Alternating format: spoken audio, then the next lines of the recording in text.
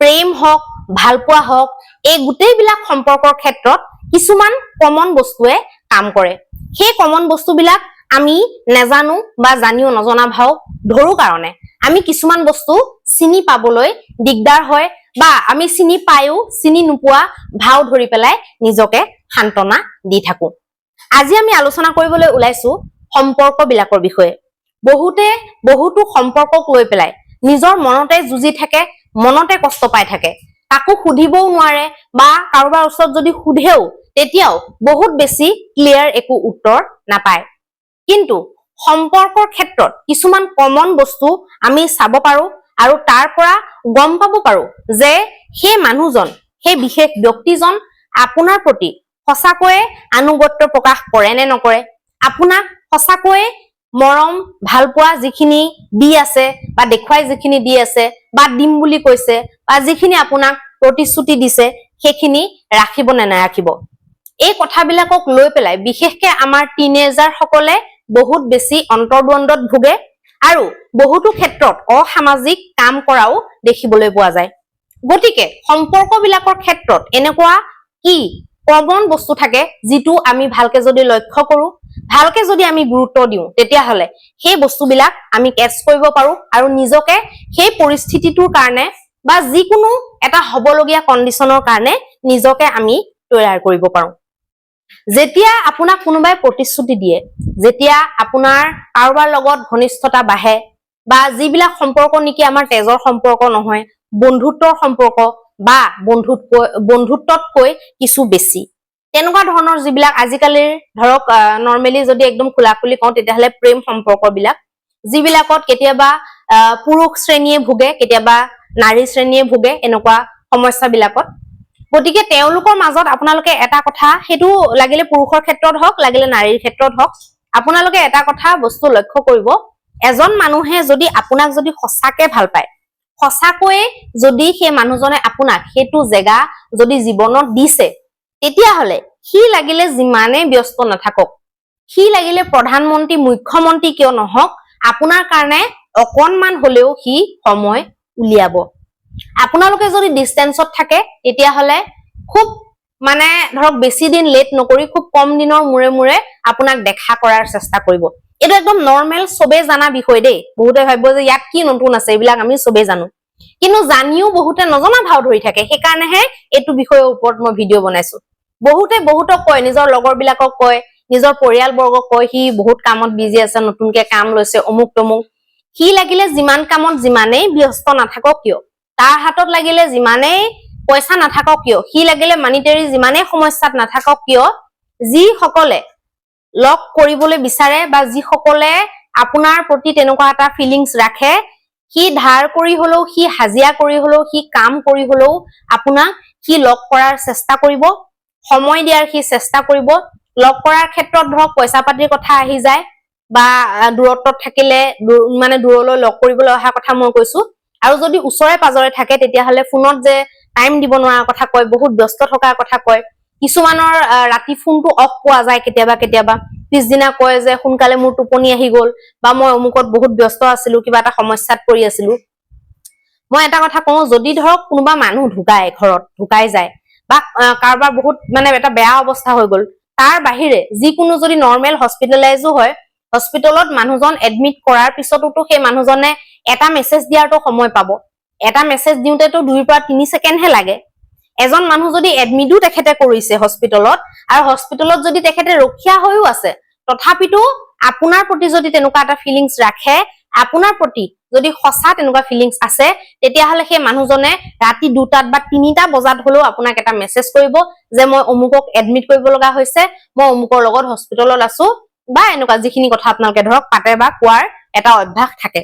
এনেকুৱা ধৰণৰ কথা বহুতে এনেকুৱা ধৰণৰ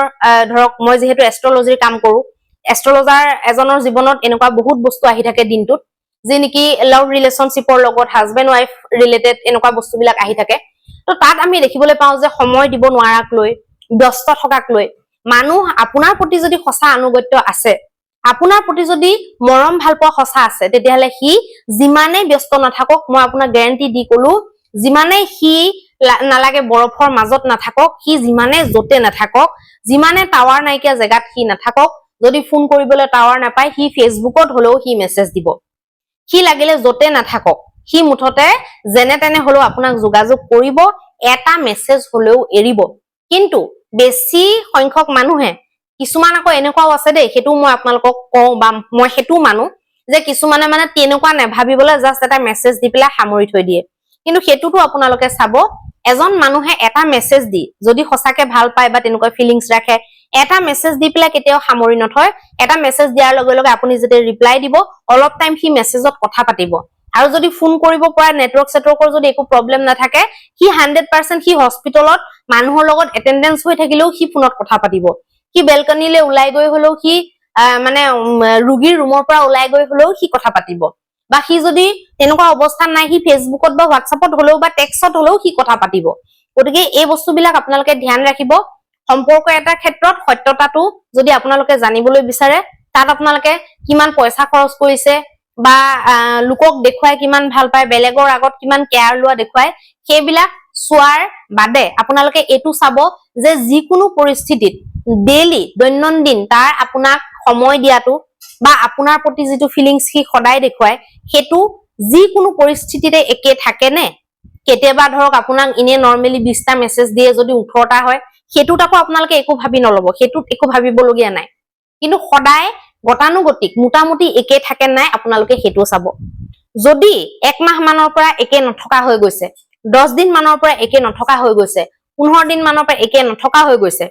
তেতিয়াহলে জানিব যে হয়তো ঘৰত সেই সম্পৰ্কটো একচেপ্ট কৰা নাই কাৰণে সি ফালৰি কাটিবলৈ ধৰিছে, নহলে বা সি টাইম বিচাৰিছে। আৰু যদি সি সময়ও বিচাৰে, সেইটো আপোনাক খুলি কব। কেতিয়াও সি তেনেকে ফোন নকৰাকে, মেছেজ নকৰাকে, যোগাযোগ নকৰাকে সি নাথাকে। সি বা তাই দেই, ল'ৰাৰ ক্ষেত্ৰতে হওক ছোৱালীৰ ক্ষেত্ৰতে হওক। গতিকে এটা সম্পৰ্ক সঁচা নে মিছা, মৰম ভাল পোৱা বিলাক সঁচা নে মিছা, আপুনি যাৰ লগত ৰিলেশনশ্বিপত আছে সি আপোনাৰ কাৰণে কেনেকুৱা হব পাৰে, বা সি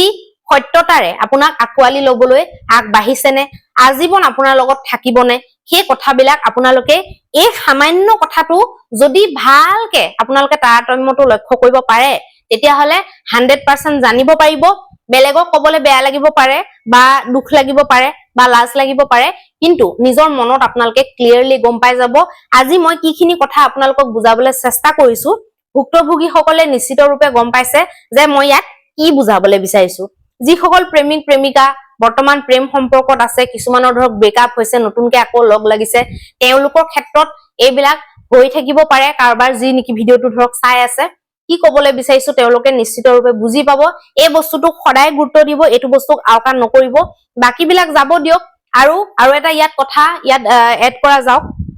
সেইটো মই আপোনালোকক এড কৰি দিওঁ। যিজন মানুহে আপোনালোকক সঁচাকৈ ভাল পায়, সি কেতিয়াও বিশেষকে এইটো মানে ছোৱালীৰ ক্ষেত্ৰত মই কৈছো দেই, মানে ধৰক লৰাই ছোৱালীৰ ক্ষেত্ৰত,